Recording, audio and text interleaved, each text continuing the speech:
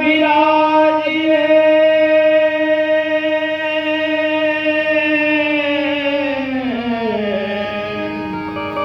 કહું કથા મતિ અનુસાર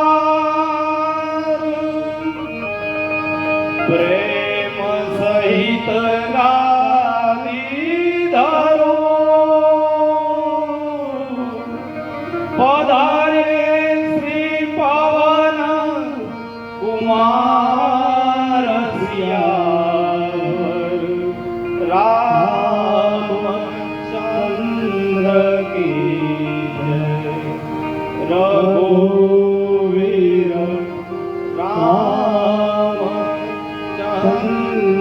કી જય ઉમાપતિ દેવ કી જય બોલો ભાઈ સબ સંતન કી જય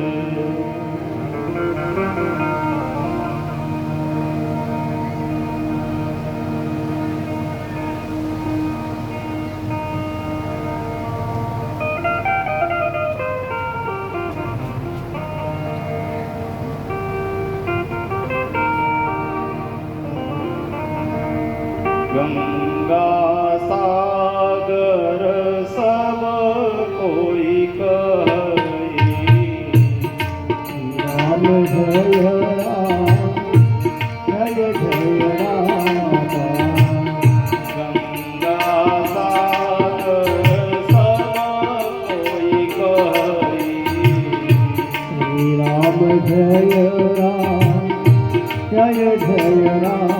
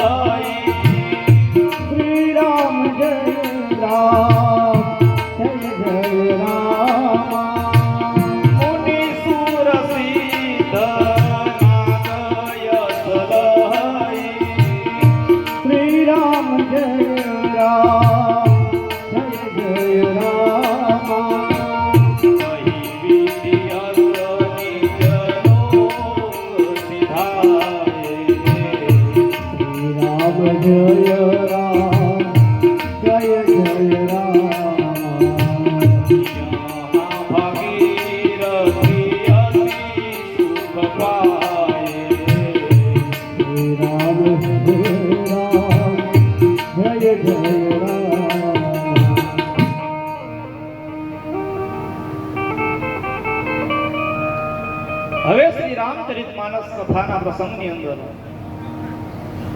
ગઈકાલે આપણે વિશ્વામિત્ર બાપજીના મુખેથી રામ લક્ષ્મણ અને બધા મુનિ વૃંદને પતિત પાવની ગંગા નદીના અવતરણની કથા છે એ કઈ સંભળાવેલ છે. ભગવાન રામ લક્ષ્મણ માં ગંગાની કથા સાંભળી ફરી પાછા ગંગામાં સ્નાન કરે અને પોતાની જાતને ખૂબ ધન્યતા અનુભવે છે કે જગતના જીવોનો ઉદ્ધાર કરનારી છે એ પતિત પાવની ગંગા. એની ઉત્પત્તિ એના અવતરણની કથા વિશ્વામિત્ર બાપજીના મુખેથી એને સાંભળી. તુલસીદાસજી મહારાજે લખ્યું કે કથા સાંભળી અને રામને કેવો આનંદ થયો. પાયો યમિત સુખ બહુરી પૂજી સુરા સારી મના લાઈ કે કૃપાલુ ભજન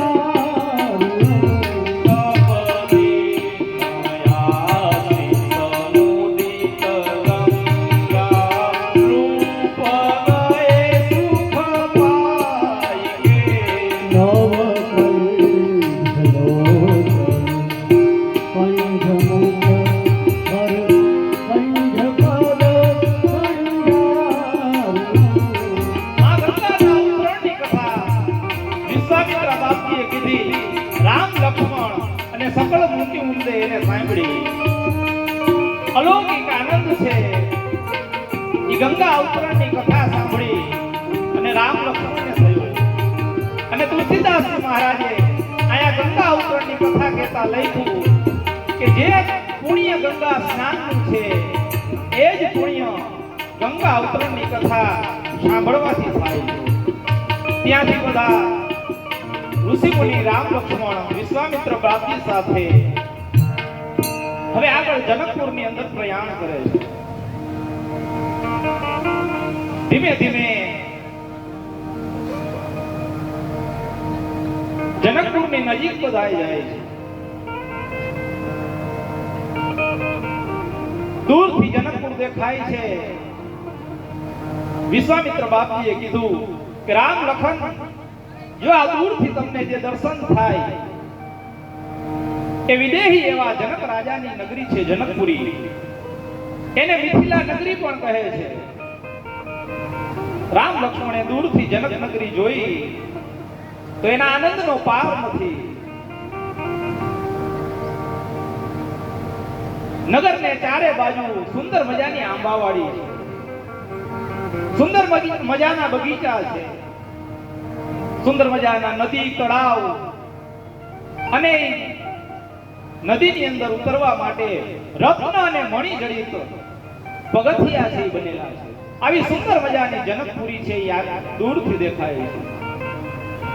વિશાળ મહેલો, મંદિરો, આ બધું જ રામ લક્ષ્મણ ને વિશ્વામિત્ર બાપજી દૂરથી દેખાડે છે.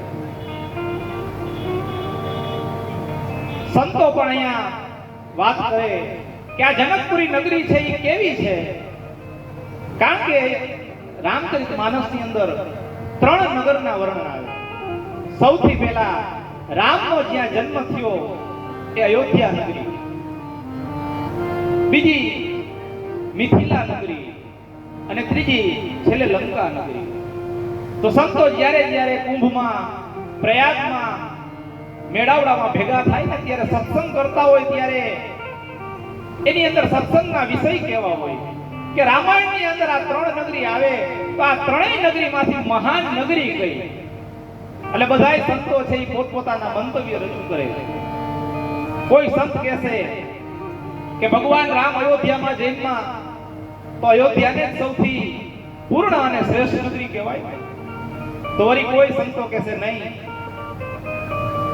અયોધ્યા નહીં પણ જનકપુરી, કારણ કે અહીંયા જનક જેવા દેહ છતાં વિદેહી એવા રાજા હતા એટલે એને પૂર્ણ નગરી કહેવાય. પણ અમુક સંતો કહે અયોધ્યાને પણ પૂર્ણ નગરી નો કહેવાય. શું કામ? તો કે અહીંયા બધાય સુપાત્ર માણસો, સુપાત્ર જીવ નહોતા. કારણ કે અયોધ્યાની અંદર પણ ધોબી, મંથરા એવા દુર્જન હતા. તો કેટલાક કે તો પછી લંકાને તો પૂર્ણ નગરી કહેવાય જ ને, કારણ કે લંકા તો આખી રાક્ષસોની, એટલે એ નગરી પૂર્ણ છે. તો સંતો કે નહીં, લંકા પણ પૂર્ણ નથી, એ ખાલી રાક્ષસોની નહોતી. કારણ કે એની અંદર પણ વિભીષણ, કુંભકર્ણ એવા સજ્જન ભક્તો નિવાસ કરતા હતા. એટલે પછી સંતો છેલ્લે નિચોડ ઉપર આવે કે રામાયણની અંદર જો શ્રેષ્ઠ અને પૂર્ણ નગરી હોય તો એ માત્ર ને માત્ર મિથિલા નગરી છે. કારણ કે એની અંદર બધાય સજ્જનો નિવાસ કરે છે. એટલે આવી સુંદર મજાની મિથિલા નગરીની અંદર વિશ્વામિત્ર બાપજી સાથે રામ અને લક્ષ્મણ છે ઈ ધીમે ધીમે પ્રયાણ કરે છે.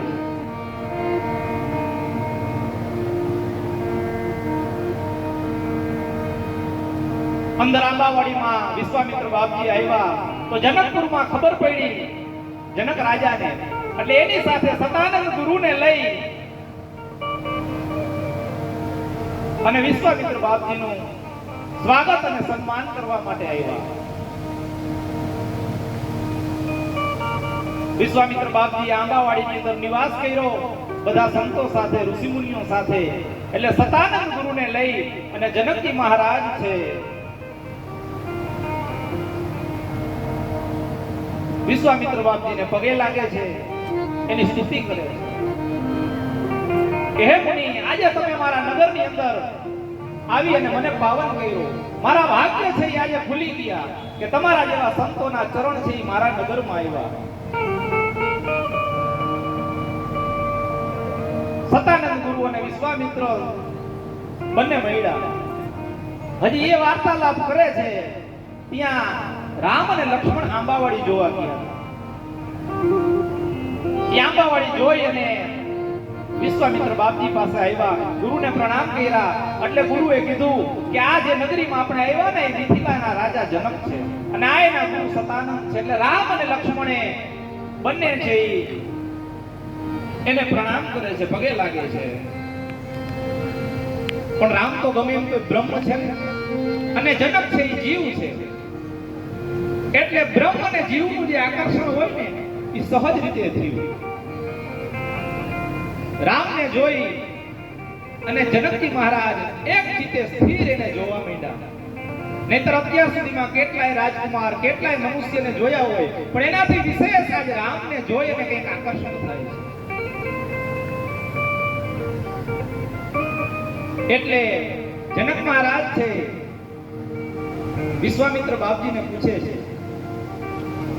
કે હે મુનિ, આ તમારી સાથે બે બાળકો આવ્યા છે, ઈ કોણ છે? કહું નાથ સુંદર દો બાલક, જય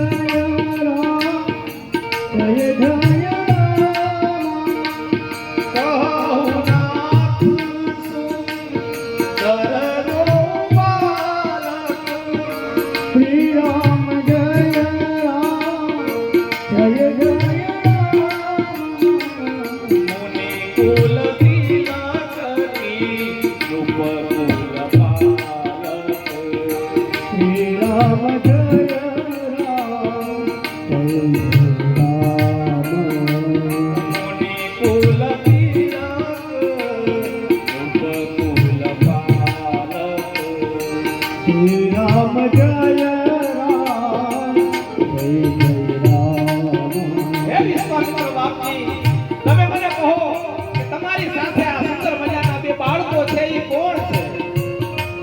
જનકજી મહારાજ જીવ છે, બ્રહ્મનો પરિચય છે અને પોતે પાછા પ્રશ્ન કરે છે કે તમારી સાથે આવ્યા તો શું એ કોઈ મુનિના કુળમાં જન્મેલા મુનિના સંતાન ઋષિકુમાર છે કે પછી કોઈ રાજાને ત્યાં રાજકુમાર તરીકે આવેલા છે? અને પછી જનકજી મહારાજે કીધું બ્રહ્મ જોડી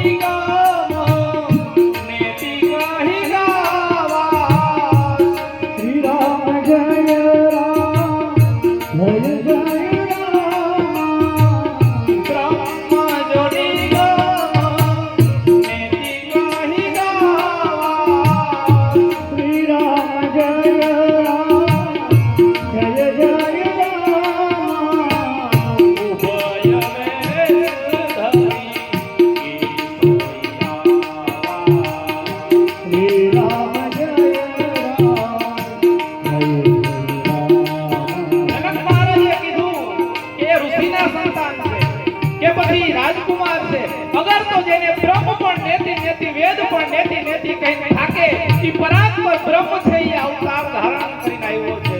હે મહારાજ, મને કહો એને જોઈને મારું મન આટલું વ્યથિત શા માટે છે? જનકજી મહારાજે જેવી પૂછ્યો એવી જ રીતે વિશ્વામિત્ર બાપજી છે એને જવાબ આપે છે કે હે જનક તારો જે સંશય છે એ જરા પણ ખોટો નથી, એમાં બધો જ જવાબ એને આપી દીધો. કારણ કે એને પહેલા એના ખાલી તાત્વિક પરિચય મેળવ્યો કે આ કોણ છે. એટલે દશરથજી મહારાજે કીધું એને, જેવી રીતે જનકજી મહારાજે પહેલો પરિચય મેળવ્યો એવી રીતે કીધું,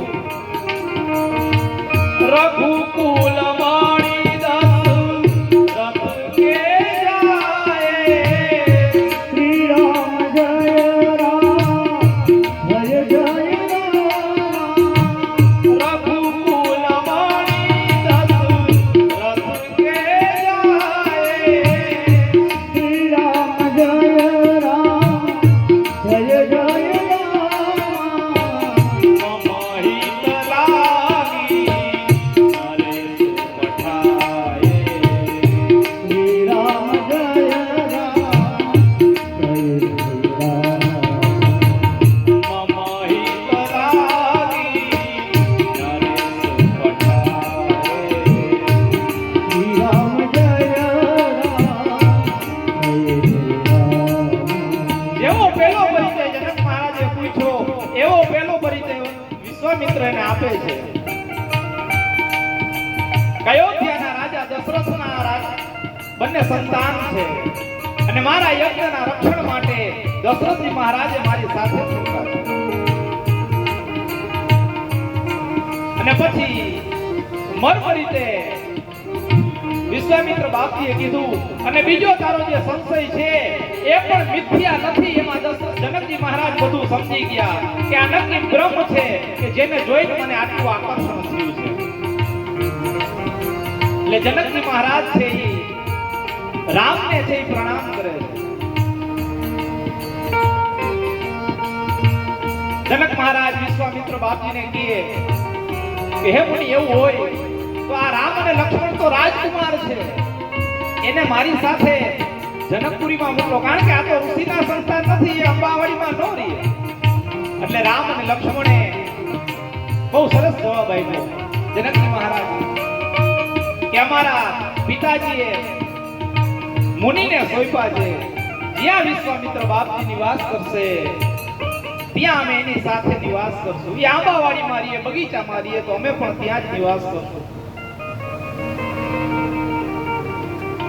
સતાનંદ ગુરુ છે એ વિશ્વામિત્ર બાપજીને અંગતમાં પૂછે છે. આ સંવાદ હું જે તમને કહું છું ને એ વાલ્મીકી રામાયણ છે. સતાનંદ ગુરુ વિશ્વામિત્ર બાપજીને કહેવા લાગ્યા કે તમે જે વર્ણન કર્યું, જે પરિચય આપ્યો, અને જો આ બ્રહ્મ હોય તો તમે તમારા આશ્રમથી અહીંયા સુધી આવ્યા તો એમાં રસ્તામાં મારા પિતાશ્રીનો આશ્રમ આવે અને મારી માતા છે અહીંયા વર્ષો થયા ભગવાનની પ્રતીક્ષા કરતી નિવાસ કરે, તો તમે મારી માતાને મુક્તિ અપાવી કે નહીં? કારણ કે અહલ્યા અને ગૌતમના દીકરા સતાનંદ છે. વિશ્વામિત્ર બાપજી મંદ મંદ હસવા માંડ્યા કે સતાનંદ, તું જરા પર ચિંતા ન કર. તારી માતા અહલ્યાએ જે વર્ષો સુધી પ્રતીક્ષા કરી હતી એને એના પતિના ધામમાં છે આ ભગવાન શ્રી રામે છે એ વાસ આપ્યો છે. સતાનંદ ખૂબ પ્રસન્ન થયા, રામને પગે લાગ્યા અને ત્યાંથી હવે જનકજી મહારાજ છે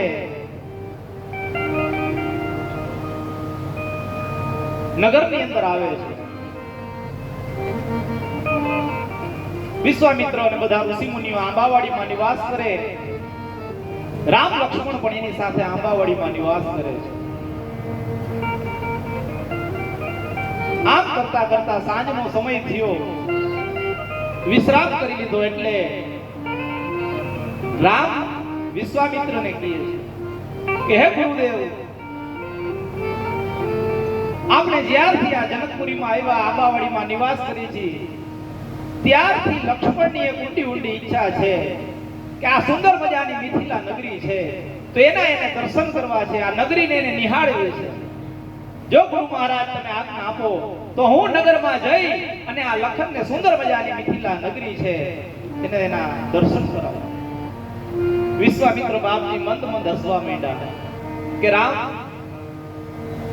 તું ગમે તેવું મનુષ્ય ચરિત્ર કર, પણ તું તારા શબ્દોમાં તું ઈશ્વર છો એ ભેદ છે એ ભૂલો કરી દે. રામ કહેવા માંડ્યા, કેમ પ્રભુ, એવું મેં શું કીધું? તું શું બોલ્યો?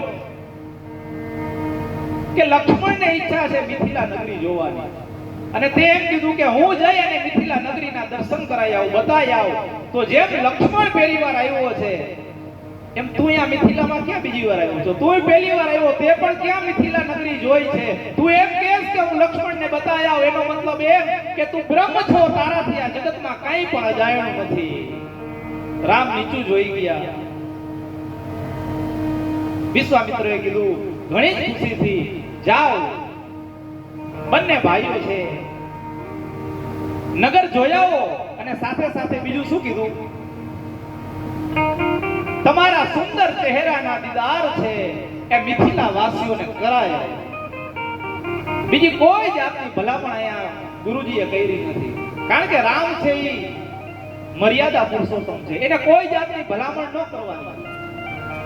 જો આ જગ્યાએ ભગવાન કૃષ્ણ હોય તો આવે ને ભાગવત મહાપુરાણની અંદર પ્રસંગ, અહીંયા જેમ રામ મિથિલા નગરી જોવા જાય એમ કૃષ્ણ અને બલરામ પણ મથુરા નગરી જોવા જાય.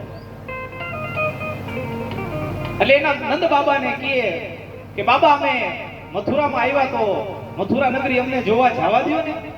એટલે નંદ બાબા ના પાડે, તારે ન જવાય, કારણ કે કંસની નગરી, કંસના સેવકો, એના મલ આખી નગરીમાં વિચરણ કરતા હોય, અને તું રહ્યો તોફાની, કઈક કરશો તો ઝઘડો થશે. વળી કૃષ્ણ ભગવાન કે નહીં બાબા, અમે કાંઈ નહીં કરી, અમે ખાલી નગરી જોઈ અને પાછા આવતા. નંદ બાબા કે નહીં, તને જવા જ નથી દેવો ને. પણ એ કે હું બલરામને સાથે લઈ જાઉં, મોટો સાથે છે, પછી શું વાંધો? એટલે નંદ બાબા મંદ મંદ હસવા માંડ્યા. હવે એ મોટો તો ખાલી કહેવાનો છે, કારણ કે કરવા વાળો તો બધું તું જ છો. જો આ કૃષ્ણ ચરિત્રમાં ભગવાને ઉલટું કહ્યું. રામા અવતારની અંદર ભગવાન મોટા બન્યા, લક્ષ્મણને નાના બનાવ્યા. અને કૃષ્ણ અવતારમાં લક્ષ્મણ છે એ શેષા અવતાર, એને બલરામ બનાવ્યા, મોટા બનાવ્યા, કારણ કે ગમે ત્યાં આડો દેવા, અને પોતે નાના બન્યા. એટલે બલરામનું નામ દઈ અને ગમે ત્યાં ગમે તે લીલા કરે. નંદ બાબા કે ના, મોકલવા જ નથી. બહુ આજીજી કરે એટલે બલરામ કહેવા માંડ્યા, બાબાજી મોકલો ને, હું સાથે છું, નહીં તોફાન કરે. નંદ બાબા કે ભલે જાવું હોય તો જાવ, પણ હું કહું એટલી સૂચનાનું પાલન કરવાનું. શું? સીધા જવાનું અને સીધા આવવાનું, બીજું કાંઈ નહીં કરવાનું. કૃષ્ણ ભગવાન કે ભલે, પણ કે બાબા આપણે આમ સીધા જાતા હોય અને વચ્ચે દિવાલ આવે તો ભટકાઈ જાવ, પછી નહીં જાવ. નંદ બાબા કે જો આ છે જ ઊંધો. બલરામ ને કે નથી જાવ, રહેવા દે. નહીં નહીં, આ તો ખાલી હું મજાક કરું છું, કોઈ પાસેથી કાંઈ વસ્તુ લેવાની નહીં. તો કૃષ્ણ ભગવાન કહે લેવાની નહીં તો છીનવી લેવાની, ઝૂંટવી લેવાની, એની પાસેથી આપે નહીં. નહીં, આને મોકલવો જ નથી, તું રહેવા દે. ખૂબ સલાહ આપી. બલરામ સાથે હતા, પછી તોય રજા આપે. તોય આપણે ભાગવતમાં ખબર છે આટલી શીખ આપી, તોય છેલ્લે મલ્લોને માર્યા, હાથીને માર્યો, ધોબીના કપડા છીનવી લીધા, યજ્ઞનો વિધ્વંસ કર્યો. કેટલું કેટલું. પણ અહીંયા ભગવાન રામ મર્યાદા પુરુષોત્તમ. વિશ્વામિત્ર બાપજીએ કીધું કે જાઓ, તમારા સુંદર ચહેરાના દીદાર છે એ મિથિલા નગરવાસીઓને કરાઈ આવો. ગુરુજીની આજ્ઞા લઈ અને સુંદર મજાનું નગર જોવા માટે રામ લક્ષ્મણ છે એ આંબાવાડીમાંથી મિથિલા નગરીમાં આવ્યા. જેવા મિથિલા નગરીમાં પ્રવેશ કર્યો એટલે એની ઉંમરના જે બાળકો હોય ને એ રામની સાથે ચાલવા માંડ્યા કે તમે કોણ છો? આવા તેજસ્વી, આવા રૂપાળા, તમે કોણ છો? એટલે રામ અને લક્ષ્મણ પોતાનો પરિચય આપે કે અમે અયોધ્યાના રાજા દશરથજી મહારાજના સંતાન છીએ. અમારા ગુરુની સાથે અહીંયા આવ્યા છે અને અમે તમારું નગર જોવા આવ્યા. એટલે સુપાત્ર મિથિલાના બાળકો પણ ઈ રામ અને લક્ષ્મણને કે હાલો અમે તમને નગર બતાવી, તમે તો પહેલી વખત આવ્યા અમારી નગરીમાં. એટલે મિથિલા નગરીના બાળકો રામ લક્ષ્મણની આગળ આગળ ચાલે અને નગરમાં જે મુખ્ય ચોક હોય, મુખ્ય સ્થળ હોય, ઈ ગલીએ ગલીએ ફરી અને રામ લક્ષ્મણને બતાવે છે. સુંદર મજાનું નગર. અને મિથિલા નગર વાસીઓને ખબર પડી કે રામ અને લક્ષ્મણ મિથિલામાં આવ્યા છે તો સ્ત્રીઓ બધી ઝરૂખામાં જોવા માટે આવી ગઈ. રામ અને લક્ષ્મણને જુએ છે. ગમે એમ તો બ્રહ્મ છે ને, એટલે જીવનું સહજ આકર્ષણ થાય. અને સ્ત્રીઓનો સ્વભાવ છે, બાપુએ 2 દિવસ પહેલા જ કીધું ને શિવ વિવાહના પ્રસંગમાં, કે એના હૃદયમાં જે ભાવ આવે જોઈ ઈ જ ભાવ પોતાની બાજુમાં જે સખી કે સ્ત્રી ઊભી હોય ને એને વ્યક્ત કરી દી. રામને જોયા એટલે કેવા માંડી બધી સ્ત્રીઓ અંદર અંદર ઝરૂખામાં ઊભી વાતો કરે. કેવા સુંદર મજાના બંને બાળકો હોય ન હોય તો આપણા સીતાજીને લાયક છે ને આ રામ છે. જો હજી તો ધનુષ ભંગ બાકી છે, પરિચય પૂરો નથી, પણ છતાંય છે એ પોતાના હૃદયનો ભાવ છે ને બીજી સખીને કહે છે કે આપણા સીતાની જો સાથે કોઈ સુંદર જોડી જામે તો આ રામ. પણ વળી બીજી સ્ત્રીઓ એ કેવા માંડે, પણ આપણા જનક મહારાજની પ્રતિજ્ઞા તો ખબર છે ને, ભગવાન શિવનું વિશાળ ધનુષ એને ઉપાડવાનું છે, તોડવાનું છે. અને આ રામ તો કેવા સાવ નાના છે, રાજકુમાર છે, આનાથી કેમ ધનુષ તૂટે? એટલે વળી ત્રીજી સખી કેવા માંડે, ઈ દેખાવમાં નાના છે, તને ખબર નથી એના પરાક્રમની. મેં જાણ્યું છે. શું જાણ્યું? એટલે ઈ પાછી કહે કે અયોધ્યાથી નીકળ્યા અને વિશ્વામિત્રના બાપજીના યજ્ઞનું એને રક્ષણ કર્યું છે. તાડકા અને સુબાહુ જેવા રાક્ષસોને એને માર્યા છે. એટલે જેવા દેખાય એવા છે નહીં, પરાક્રમી છે, અહલ્યાનો ઉદ્ધાર કર્યો છે. આમ અંદરો અંદર જનકપુરની સ્ત્રીઓ છે વાતો કરે છે. રામ અને લક્ષ્મણ એક પછી એક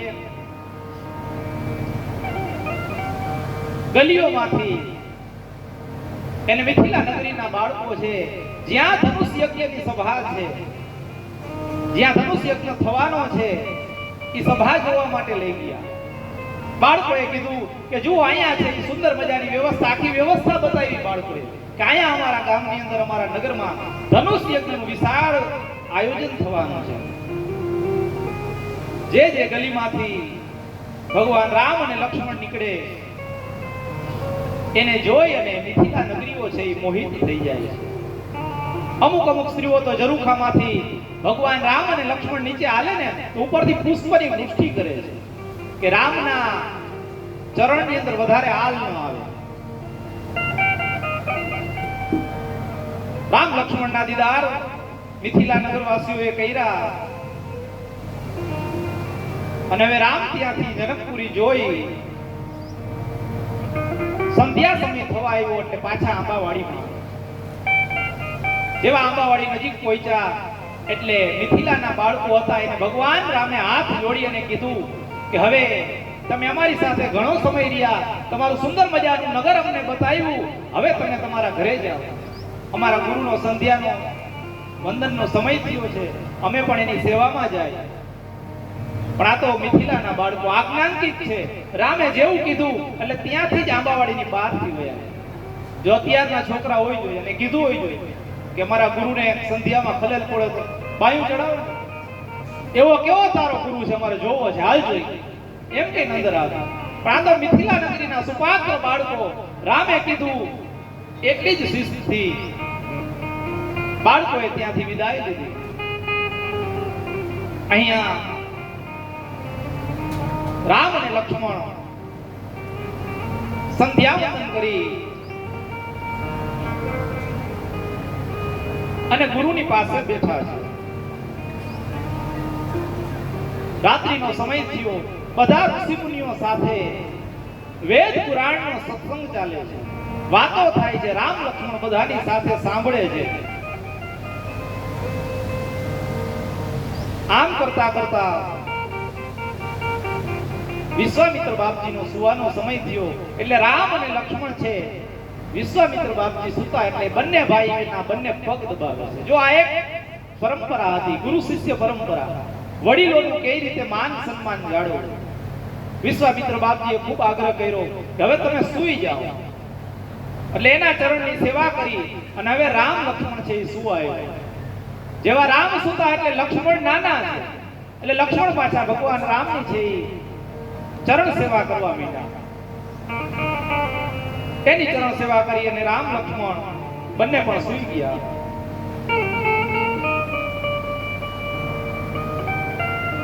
બીજે દિવસે સવારે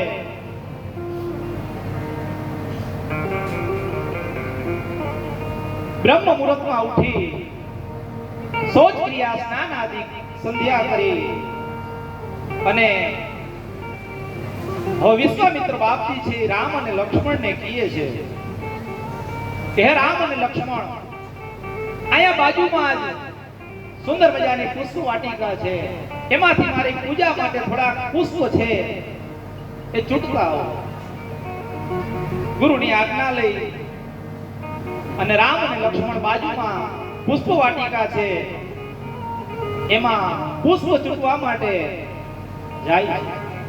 સુંદર મજાની પુષ્પ વાટિકા, એની વચ્ચોવચ સુંદર મજાનું તળાવ છે, અંદર ભવાનીનું મંદિર છે, સુંદર મજાના વૃક્ષો, ફળ, ફૂલ આવેલા છે. તળાવમાં ઉતરવા માટે રત્ન અને મણિથી જડિત પગથિયા બનાવેલા છે. સુંદર મજાની પુષ્પ વાટિકા.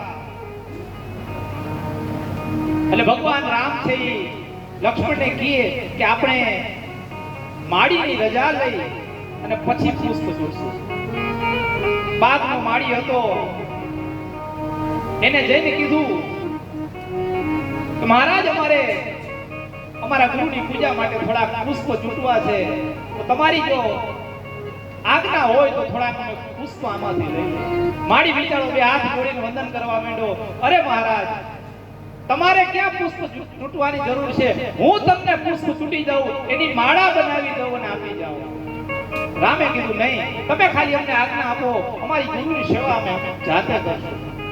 માળીની રજા લઈ અને રામ અને લક્ષ્મણ પુષ્પ છે એ ચૂંટે છે. અને અહીંયા તુલસીદાસ મહારાજ હવે લખે છે કે રામ લક્ષ્મણ આ બાજુ પુષ્પ વાટિકામાં પુષ્પ ચૂંટે એ જ સમયે માતા સુનૈનાની આજ્ઞા લઈ સીતાજી છે એની સખીઓ સાથે પુષ્પ વાટિકામાં જે ભવાનીનું મંદિર છે એની પૂજા કરવા માટે સખીઓ સાથે પ્રવેશ કરે છે. રામાયણની અંદર સીતાજીનો પ્રથમ વખત પ્રવેશ છે. એકવાર આપણે પ્રેમ અને શ્રદ્ધાથી સીતાની જય જયકાર કરીએ. બોલીએ સીતા મૈયા કી જય. તુલસીદાસજી મહારાજે સીતાજીના પ્રવેશને બાગની અંદર જાણે સુંદર મજાની બહાર આવી ગઈ હોય અને બહાર કાળમાં વર્ણન કર્યું. તેહી અવસર શ્રી રામ જય રામ, જય જય રામ.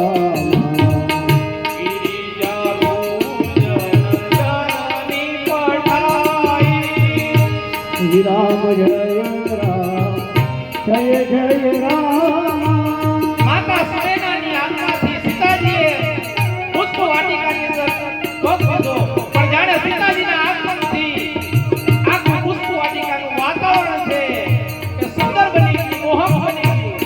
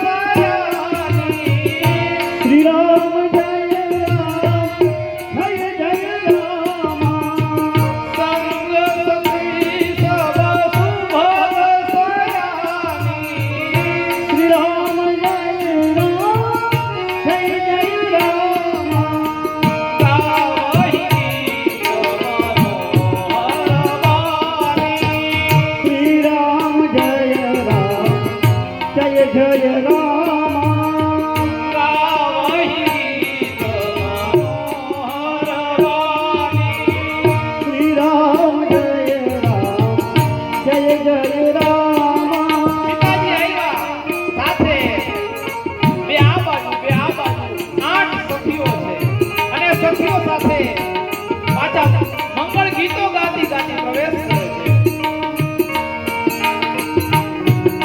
સીતાજી ધીમે ધીમે ભવાનીના મંદિર તરફ દર્શન કરવા જાય, પણ એમાંથી એક સખી છે કે ફૂલ લેવા માટે કોઈ બહાનાથી સીતાજીથી વિખૂટી પડી ગઈ. એને પુષ્પ વાટિકામાં જતા જતા આ રામ અને લક્ષ્મણને જોયા. રામ લક્ષ્મણને જોયા એટલે બે બાકડી થઈ દોડતી દોડતી સીતાજી પાસે આવી અને સીતાજીને કહેવા માંડી કે હે સીતે, તને ખબર છે ગઈકાલે જે બે રાજકુમાર આપની મિથિલા નગરીને ઘેરું લગાડી ગયા હતા ને, એ બંને રાજકુમાર આ પુષ્પ વાટિકાની અંદર પુષ્પ આ પુષ્પ વાટિકામાં છે. એને કીધું, શું કીધું?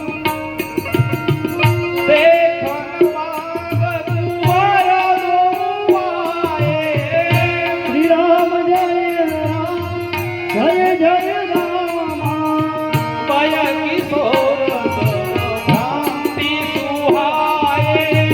શ્રી રામ જય રામ જય જય રામ. આ સખીએ દોડતા દોડતા આવી અને સીતાને કીધું કે હે સીતે, તને ખબર છે ઈ બંને રાજકુમાર આ પુષ્પ વાટિકા જોવા માટે આવ્યા છે. એટલે બીજી સખીઓ કહેવા માંડી કે તે એને જોયા? તો કે આ જોયા. તો ઈ કેવા છે એનું વર્ણન કર. પણ સખી બહુ ચતુર છે, કારણ કે સીતાજીની સખી છે. એને કીધું કે મેં જોયા, પણ એનું વર્ણન કઈ રીતે કહી શકું?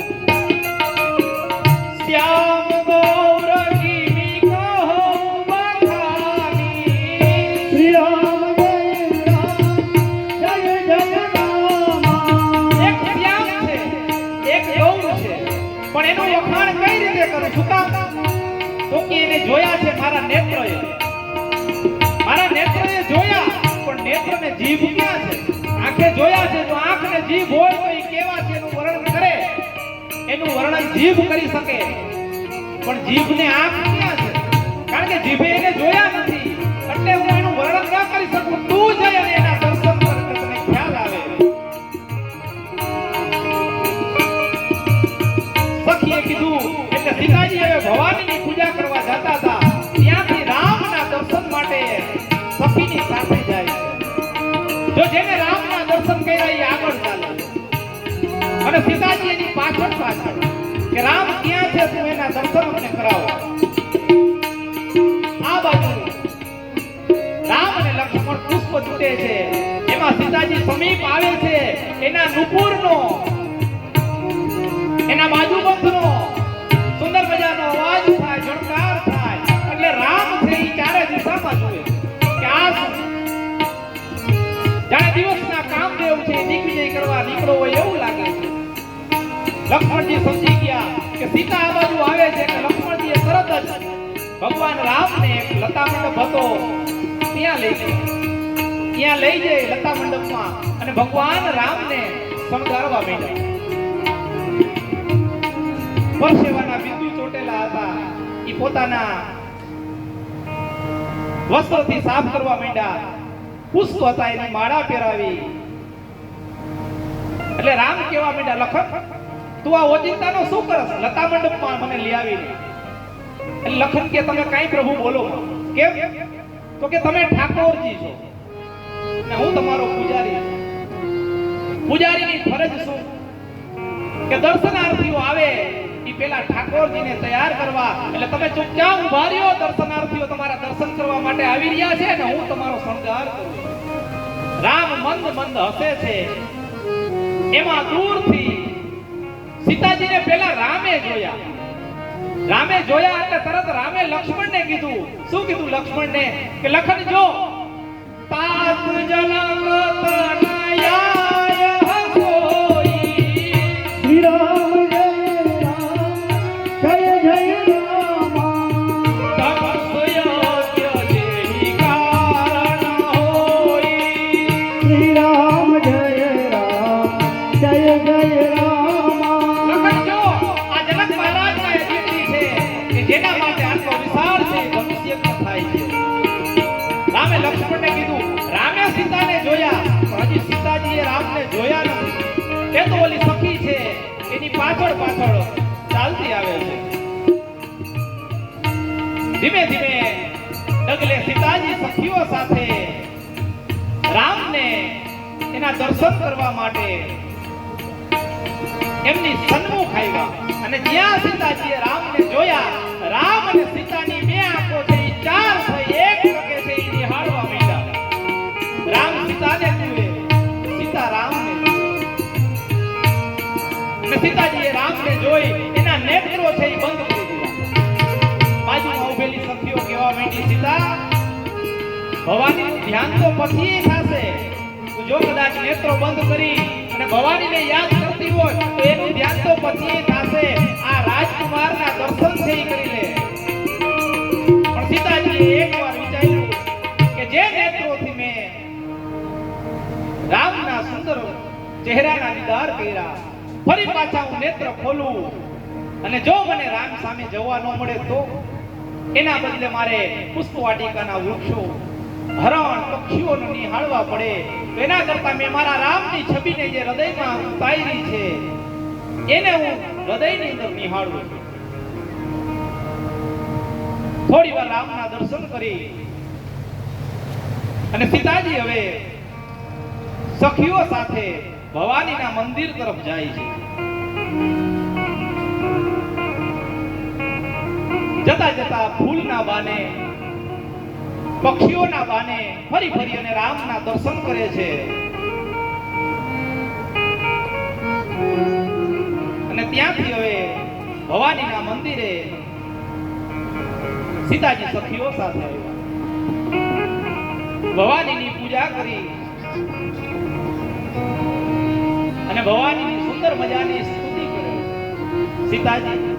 સીતાજી પોતે જગત જનની છે, પણ પાર્વતીજીની, ભવાનીની મંદિરે આવી અને વિધિવત પૂજા કરી અને સુંદર મજાની સ્તુતિ કરી. શિવરંજની રાગમાં સીતાજીએ ભવાનીની સ્તુતિ કરી, કારણ કે શિવના મનની અંદર હંમેશા રંજન કરવા વાળી છે. જય જય ગિરિવરરાજ કિશોર,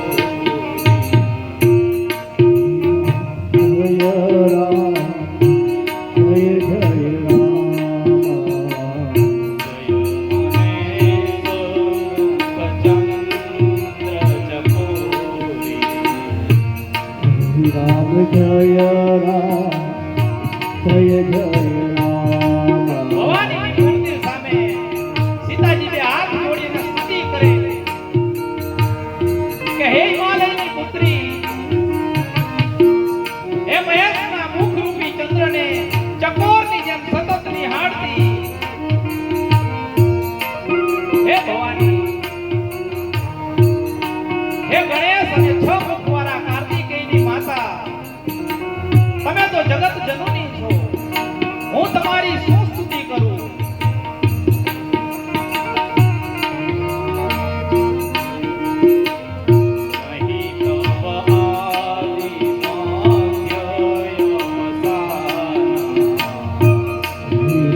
જય રામ, જય જય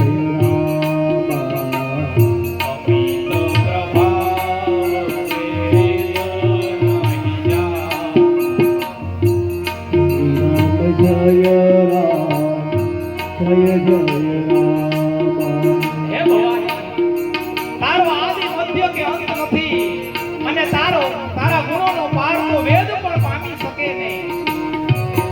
એવી કૃપા કરવા વાળી હે ભવાની, જો તમે મારા ઉપર પ્રસન્ન થયા હોય તો મારા મનની અંદર મેં જે ધારેલું છે, મારી જે મનોકામના છે એ તમે પૂર્ણ કરો. અને આ ભવાની છે એને આપણે શક્તિ કહી, ઉમા કહી, અલગ અલગ નામથી બોલાવીને એટલે દરેક સ્ત્રીઓની આ અધિષ્ઠાત્રી દેવી છે.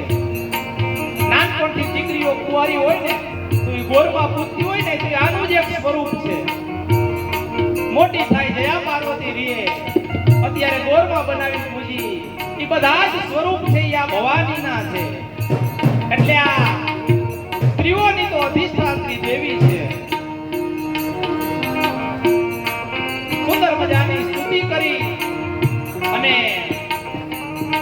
તુલસીદાસજી મહારાજે લખ્યું કે સીતાજીની સ્તુતિથી પ્રસન્ન થયા એટલે ભવાનીની મૂર્તિ છે ને ઈ ફસી માલ મૂર્તિ મુસ્કાન આવું થાય નહીં ક્યારે પણ સીતાજીની સ્તુતિથી પ્રસન્ન થઈ અને ભવાનીની મૂર્તિની હતી ને એની માળા છે ઈ પડી ગઈ અને મૂર્તિ છે ઈ ખડખડાટ હસવા માંડી. આમ તો આપણા શાસ્ત્રો કહે કે પ્રતિમા છે ભગવાનની મૂર્તિ દેવીની મૂર્તિ છે ઈ હસે ને તો સારું નહીં, કારણ કે જે ભગવાનને આપણે મંદિરમાં બેસાડ્યા છે એ મૂર્તિનું દર્શન કરવાનું. જો એ ભગવાન આપણી હારે વાતચીત કરવા માંડે તો એ લક્ષણ સારું નથી. એ સુકન શાસ્ત્રમાં લખેલું છે. ષડવીસ બ્રાહ્મણની અંદર એક વાક્ય છે. ષડવીસ બ્રાહ્મણની અંદર કે પ્રતિમા ભક્ષ્યંતી રુદંતી હસ્યંતી, જો પ્રતિમા છે એ હસે ખાય તમારી સામે ભોજન તમારા હાથેથી લે, ખડખડાટ હસતી હોય કે પ્રતિમા રોતી હોય તમારી સામે, તો આ બહુ સારા લક્ષણ નથી. આપણા સુકન શાસ્ત્રમાં આને અપસુકન કીધા છે અને આપણા શાસ્ત્રોમાં લખેલું છે. કારણ કે અમારે નહીતર વ્યાસપીઠ ઉપરથી તો ઉદાહરણ સાથે કહેવું પડે, કારણ કે નહીતર કાલ સવારે વ્યાસપીઠેથી નીચે ઉતરીને એટલે કોઈ પૂછે કે આવું ક્યાં લખ્યું છે, આવું બતાવો છો. એટલે અમારે ઉદાહરણ આપવું પડે. ષડવીસ બ્રાહ્મણની અંદર આ વાક્ય છે અને આ વર્ષો પહેલા પણ છાપામાં પણ પેલા બધા કહેતા ને કે પોઠીઓ દૂધ પીવે છે ને ગણપતિ આ ખાય છે, કેટલાક કેમ કે અમારા હાથેથી પીધું, અને ઘણા તો બહુ શ્રદ્ધાવાન હોય ને તો વળી એમય કહે કે અમારી દેવી તો અમારી યારે સાક્ષાત વાતું કરે છે. લે એની યારે તો એને કહેવાય કે બેન જો સાક્ષાત દેવી વાતું કરતા હોય ને તો હવે તારા હાથનો ભાર છે એ હળવો થશે, કારણ કે એ સારા લક્ષણ નથી. પ્રતિમા છે એ હશે તમારી સામે, એની મૂર્તિમાંથી અશ્રુ નીકળતા દેખાય, તમારા હાથે ખોરાક ખાતી દેખાય, તો આ સારા સુકન શાસ્ત્રમાં ના પાડી છે અને લખેલું છે આપણા શાસ્ત્રમાં. કારણ કે નહીતર આજની યુવા પેઢી, હું તો કથામાં જ્યારે વ્યાસપીઠ ઉપર બાપુ બેસવાનો મોકો આપે ત્યારે એક આગ્રહ રાખું કે ખરેખર તો આ કથા છે ને એ યુવા વર્ગ માટે છે. કારણ કે ચોથી અવસ્થાએ પહોંચી ગયા, કારણ કે કથા તો મને તમને શીખવાડે કે જીવન કેમ જીવવું જોઈએ. તો ચોથી અવસ્થાએ તો પહોંચી ગયા, તો જીવન જીવાઈ ગયું, હવે શું કરવાનું? હવે તો ભગવાનનું નામ સ્મરણ કેવા. આ જ્ઞાન માટે, શ્રદ્ધા માટે, ભક્તિ માટે આપણે કથા સાંભળીએ સારી વાત છે, પણ હું તો આગ્રહ રાખું કે બાળપણથી બાળકોને એવા સંસ્કાર આપો કે એ કથા અને સત્સંગ તરફ વળતા થાય, કારણ કે એને આ બધું શીખવાનું છે, એને જીવનમાં ઉતારવાનું છે. અને આજની પેઢી તો ગુરુનું ન માને, ગૂગલનું માને. બાપુ આપણે અહીંથી કઈ વ્યાસપીઠ ઉપરથી કહીએ તો એ મોબાઈલમાં ગૂગલમાં સર્ચ કરે, બાપુએ કીધું સાચું છે કે નહીં. ગૂગલનું માને, ગુરુનું ન માને. એટલે અમારે તો હવે યુવા પેઢીને એ ઉદાહરણ સાથે સમજાવવા. અહીંયા સીતાજી સામે ભવાનીની મૂર્તિ ખડખડાટ હસી અને બોલી એને આશીર્વાદ આપ્યા. સામે સીતાજીને જીવનમાં જુઓ, સુકન શાસ્ત્ર પ્રમાણે કેટલી વિપત્તિ આવી. હજી ધનુષ યજ્ઞ બાકી છે, ધનુષ ભંગ થવામાં એટલો વિલંબ થશે, પરશુરામનું આગમન થશે અને સીતાજી છે એ અયોધ્યામાં જાશે તો જઈને એને સુખ છે. કારણ કે અયોધ્યામાં જેવા જાશે થોડો સમય રોકાશે, ત્યાં વનમાં જવાનું થાય છે. આપણા સાહિત્યકારો કહે કે સીતા અને સરિતા એકવાર એના ઘરેથી નીકળ્યા ને પછી કોઈ દી પરત નથી ગયા. સરિતા છે એ પર્વતમાંથી નીકળે નદી, એ સીધી દરિયાને મળી જાય, કોઈ દી એના પિતા પર્વતની પાસે ન જાય. એમ સીતાજી પણ મિથિલા નગરીમાંથી એકવાર વિદાય થઈ પછી એને પાછા મિથિલાના ઝાડવા જોયા નથી. એટલે સુકન શાસ્ત્ર પ્રમાણે સારું નથી, પણ ભવાનીની મૂર્તિ ડોલી અને સીતાજીને આશીર્વાદ આપ્યા છે. શું કીધું ભવાની મૂર્તિએ? મન જાહિરા છે મિલાહી સોવર સાજ સુંદર સાવરો શ્રી રામ ચંદ્ર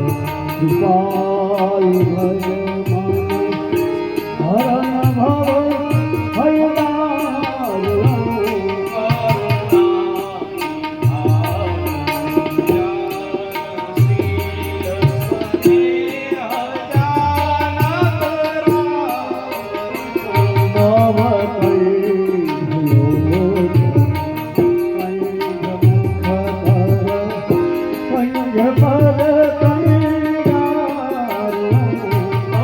મૂર્તિ બોલી અને કીધું કે હે સીતા, મારા તને આશીર્વાદ છે કે તારા મનની અંદર રંજન કરવા વાળો, તારા મનની અંદર જે તે તારો સ્વામી ધાર્યો છે એ કરુણા નિધાન છે, એ તને પતિ તરીકે મળશે. સીતાજીને આશીર્વાદ મળ્યા, ખૂબ પ્રસન્ન થયા અને ભવાનીની સ્તુતિ કરી અને સીતાજી હવે ધીમે ધીમે પોતાના મહેલની અંદર ભવનની અંદર જાય છે. જેવા ઘરે ગયા એટલે તરત જ સીતાજીએ પુષ્પ વાટિકાની અંદર જે ઘટના ઘટી હતી એ જ ઘટના જરા પણ છુપાવ્યા વગર એની માતાને કઈ સંભળાવી. એ જ રીતે અહીંયા રામ અને લક્ષ્મણ પુષ્પ ચૂંટી અને વિશ્વામિત્ર બાપજી પાસે આવ્યા. એટલે ત્યાં આવી અને વિશ્વામિત્ર બાપજીને પણ એને કીધું કે હે બાપજી, એને પણ કઈ ભેદ નથી રાખ્યો કે અમે પુષ્પવાટીમાં ગયા હતા, અહીંયા અમે જનક રાજાના દીકરી છે એને જોયા. વિશ્વામિત્ર મંદ મંદ હસવા માંડ્યા કે કેટલા નિખાલસ છે, કદાચ એને સીતાજી મળ્યા એ વાત મને ન કરે તો પણ હું એને પૂછવાનો નથી, પણ છતાંય રામ મર્યાદા પુરુષોત્તમ સહજ છે એને સામેથી કહી દીધું. વિશ્વામિત્ર બાપજીએ શું કીધું કે સફળ મનોરથ ઓઈ તુમ્હારે શ્રી રામ જય રામ જય જય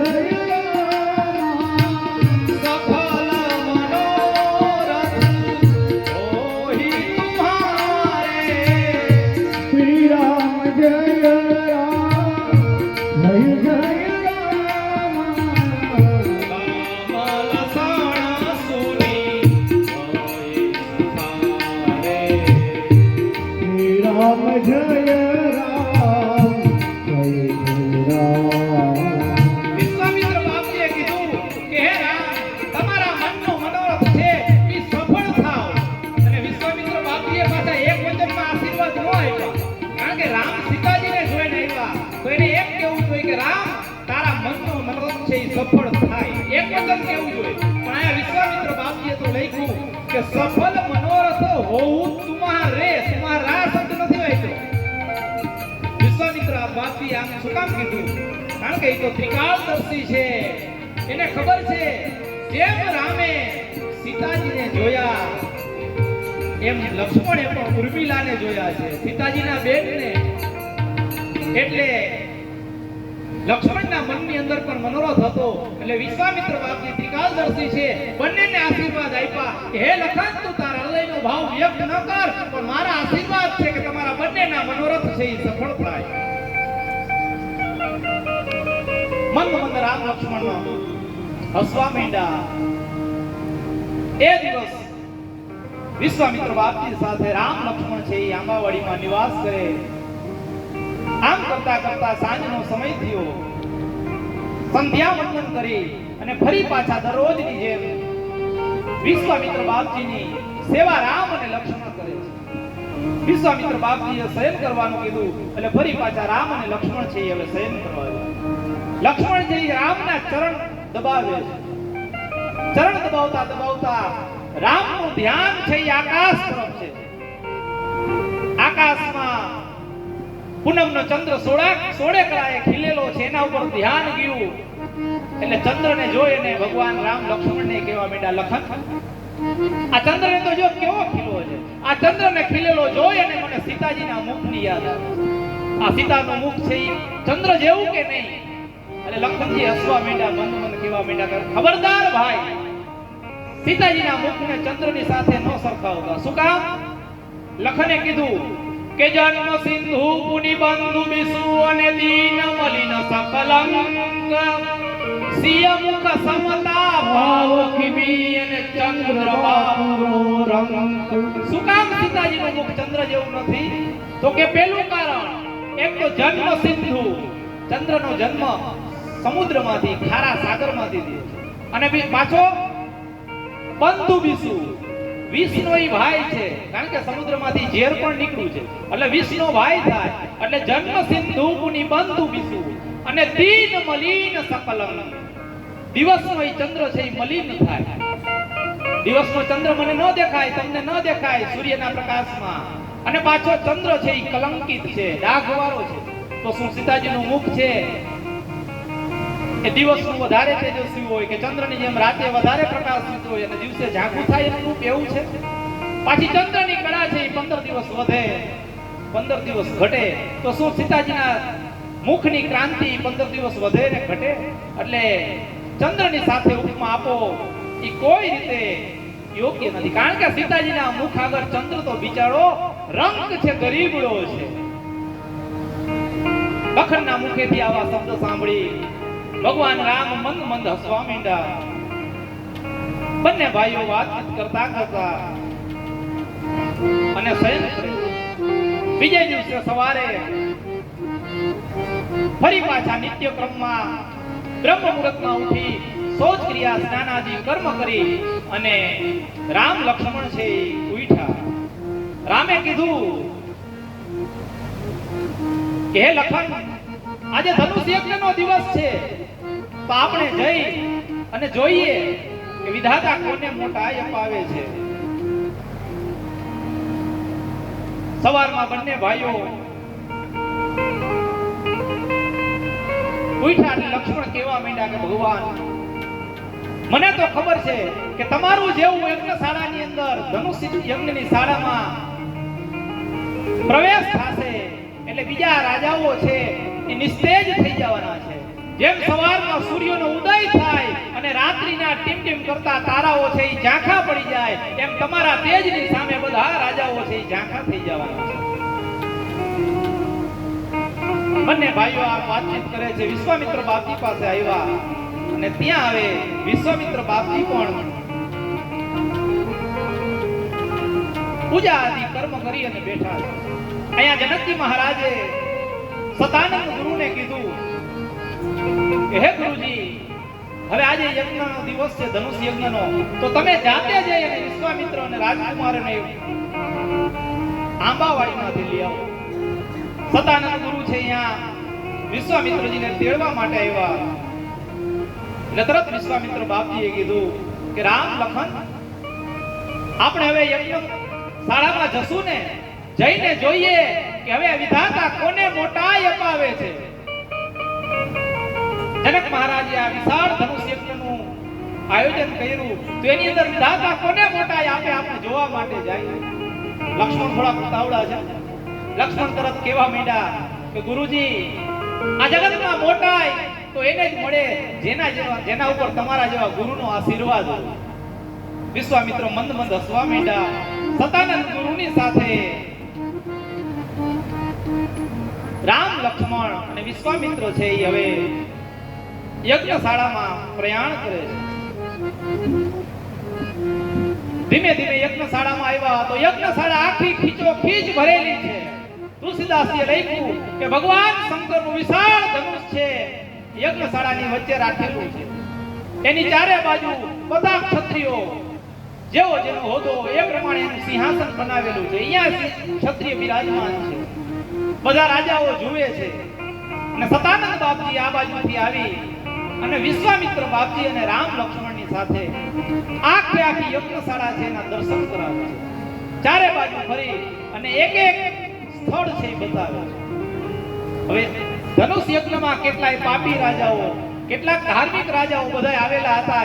એ અંદરો અંદર માંડ્યા વાતો કરવા કે આ સતાનંદ ગુરુનો જનક છે, એને શું એમ હશે કે આ નાનો છોકરો છે એ ધનુષ તોડી નાખશે. અત્યારથી છોકરાઓને માંડ્યા આખી યજ્ઞશાળા બતાવવા. એટલે ઓલા ધાર્મિક રાજાઓ હતા ને એને કહેવા માંડ્યા કે મૂર્ખાઓ જરાક જુઓ તો ખરી, ઈ રામ લક્ષ્મણને યજ્ઞશાળા નથી બતાવતા. ઈ તો વિશ્વામિત્ર બાપજીને યજ્ઞશાળા બતાવે છે. રામ લક્ષ્મણ તો એની સાથે ચાલે છે.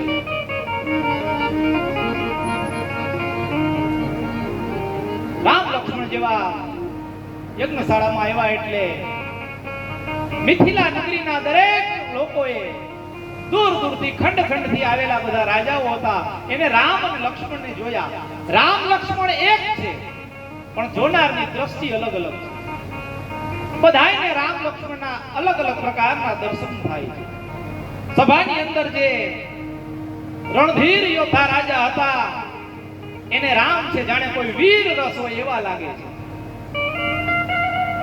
સભાની અંદર જે ખોટા રાજા બેઠા હતા, રાક્ષસ હતા અને ખોટા રાજાનું રૂપ લઈને આવીને બેઠા હતા, એ બધાય રાજાઓને ભગવાન રામ છે એ ભયાનક લાગે છે.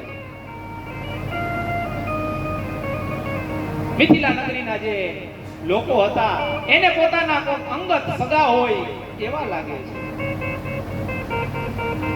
પંડિત હતા, ધાર્મિક ભક્તો હતા, એને ભગવાન રામ છે જાણે વિરાટ સ્વરૂપ ધારણ કરી અને સભામાં આવ્યા હોય એવા દર્શન થાય છે. જનક અને સુનૈનાને એને જાણે પોતાના સંતાન હોય એવી રીતે રામના દર્શન થયા. જે યોગીઓ બેઠા હતા સભાની અંદર, એને જાણે જેના માટે તપ કરી અને પરમ તત્વને પામવાની ઈચ્છા રાખે છે, એ પરમ તત્વ રામની અંદર દેખાણું. બધાએ પોતપોતાના ભાવ પ્રમાણે જે હરિભક્ત હતા એને પોતાનો ઈષ્ટ દેખાણો, એને પોતાના ઈશ્વર દેખાણા. આ રીતે ભગવાન રામના બધાએ દર્શન કર્યા. અને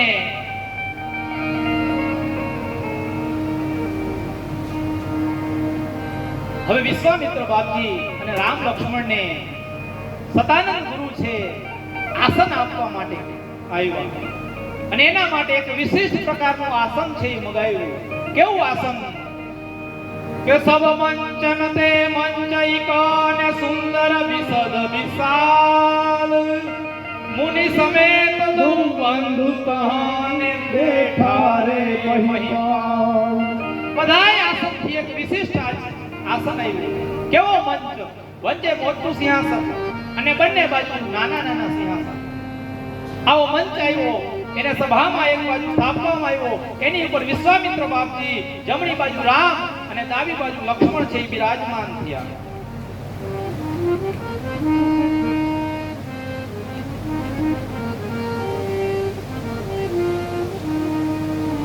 બધા છે ભગવાન રામ અને લક્ષ્મણના દર્શન કરે છે.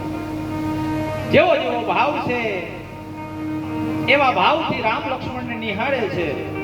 સુંદર મજાની ધનુષ યજ્ઞ શાળા છે એ શણગારેલી છે. સુંદર મજાની વ્યવસ્થા છે. અને સતાનંદ ગુરુ છે, જનક મહારાજ છે, એ વિશ્વામિત્ર બાપજીને પૂછે છે કે બાપજી, તમે અમારા ધનુષ યજ્ઞનું આયોજન છે એ કેવું લાગ્યું? જો બીજા કોઈનો અભિપ્રાય છે એ નથી લેતા. અને અહીંયા વિશ્વામિત્ર બાપજીએ કીધું, શું કીધું જનકને? કે જનક, ખૂબ જ સુંદર તારું આયોજન છે. જનક મહારાજના આનંદનો પાર. જ્યારે કોઈ સાધુ છે, સંત છે, એ તમારી પ્રશંસા કરે ને ત્યારે તમારે સમજવું. કારણ કે જગતના અભિપ્રાયો લેવાની જરૂર નથી. જગતના માણસો તો આજે આવો અભિપ્રાય આપે, એના ગરજ હોય એટલે એની ગરજ પૂરી થાય તો બીજે દિવસે એ જે તમને આજે સારો અભિપ્રાય આપતા હતા એ બીજે દિવસે તમારો ખરાબ અભિપ્રાય આપશે. એટલે અહીંયા આપણે રામાયણ શીખવે કે પ્રમાણપત્ર લેવા હોય તો કોના લેવાય, અભિપ્રાય લેવાના હોય તો કોના મત લેવાય. અહીંયા જનકજી મહારાજે બધા રાજા મહારાજા આવ્યા હતા, એના કોઈનો અભિપ્રાય નથી લીધો. માત્ર વિશ્વામિત્ર બાપજીને પૂછ્યું કે કેવી છે. એટલે વિશ્વામિત્રના બાપજીના મુખેથી વખાણ સાંભળી. કારણ કે ગમે એમ કોઈ સંત છે, સાધુ છે, અને સાધુના મુખેથી જ્યારે તમને સાચો શબ્દ સાંભળવા મળે ને ત્યારે તમારા આનંદનો પાર ન હોય. જરાય અતિશયોક્તિ વગર આપણે કહી કે આ બગથડા ગામની અંદર એવા જ સાધુનું સાનિધ્ય તમારા ગામને મળેલું છે. કારણ કે નકલક ધામ અને દામજી ભગત જેવા સાધુ પુરુષ. અમે જન્મથી સાધુ અને આમાંથી કેટલાક બેઠેલા કર્મથી સાધુ થઈને બેઠા છે. આપણે ખૂબ ભાગ્યશાળી છીએ કે આવા સાધુનું સાનિધ્ય આપણને મને તમને મળ્યું છે. એ સેવવાનું છે. હમણાં જ આપણે પૂજ્ય મોરારી બાપુના સાનિધ્યમાં એના ખૂબ જ નજીકના એવા કવિ નીતિનભાઈ વડગામા એમને સરસ મજાની સાધુ ઉપર રચના રહી અને મયુર દવલે એને સ્વરબદ્ધ કરી. સુંદર મજાના સાધુ કેવા હોય, સાધુ કેવા છે એ મને ને તમને આ રચના સાંભળીને તો આપણે આપણા ગામનો સાધુ હોય, ખરેખર જે સાત્વિક સંત હોય એની આબેહૂબ મૂર્તિ છે ને એ સામે દેખાય. શું કીધું એને આપણને? સકલ અસ્તિત્વનું સોને મઢેલું નામ છે સાધુ. પરમનો પ્રેમથી ભીનો પુનિત પેગામ છે સાધુ. સાધુ કોણ? તો કે આ સકલ અસ્તિત્વનો જેનામાં પાયો છે, આ ધરતી ટકી રહી હોય તો સાધુના હિસાબે છે, એના જપ તપ એના ગુણોના હિસાબે છે. આપણા પણ ગામને એવા સાચા સાધુ મળ્યા. કારણ કે આમ તો સાધુ છે, કોઈ સંત છે, એની આગળ આપણે સાચો શબ્દ લગાવવો ન જોઈએ કોઈ દિવસ, કારણ કે એનું અપમાન કહેવાય.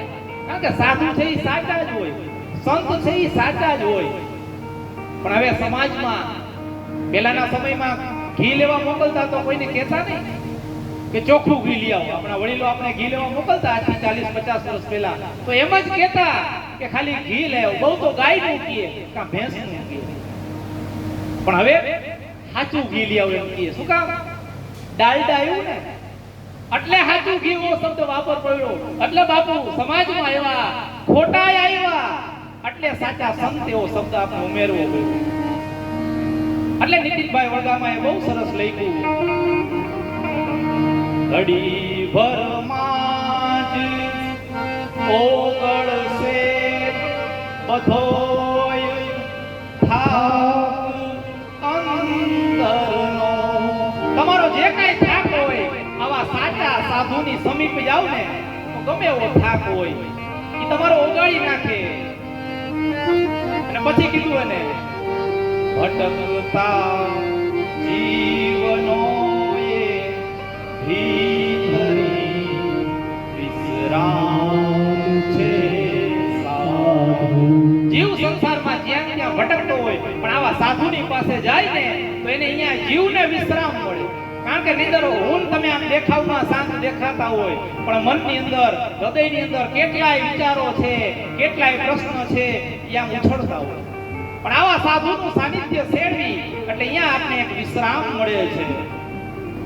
અને આવા સાધુને જરા યાદ કરી એટલે કવિએ કીધું, જરા યાદ આવે ને કરે છે સાધુ સામેથી. જરા એને યાદ કરીને તો એ સામેથી આપણે બોલાવે. સાચા સંતો હોય ને એને એક લાગણી હોય તમારા પ્રત્યેની, એટલે કવિને કહેવું પડે કે જરા યાદ આવે ને કરે છે સાધુ સામેથી. સતત સાથે જ રહે તું એ વતનનું ગામ છે સાધુ. સતત આપણી સાથે રહીએ. તમે અહીંથી બગસરા મૂકી કોઈ પણ શહેરની અંદર, કોઈ પણ રાજ્યની અંદર, ઈ તો શું કોઈ પણ વિશ્વની અંદર, જગતમાં કોઈ દેશમાં ગયા હોય અને અહીંયા તમને કોઈ તમારા ગામનો સાધુ મળે તો દામજી ભગત એમ નામ સાંભળો ને ત્યાં તમને તમારું બગસરા યાદ આવે. આ સાધુ છે, એનું નામ સાંભળતા તમને તમારા વતનનું ગામ યાદ આવે. અને પછી કીધું કવિએ, ધરે છે નામનો ખાને કરે છે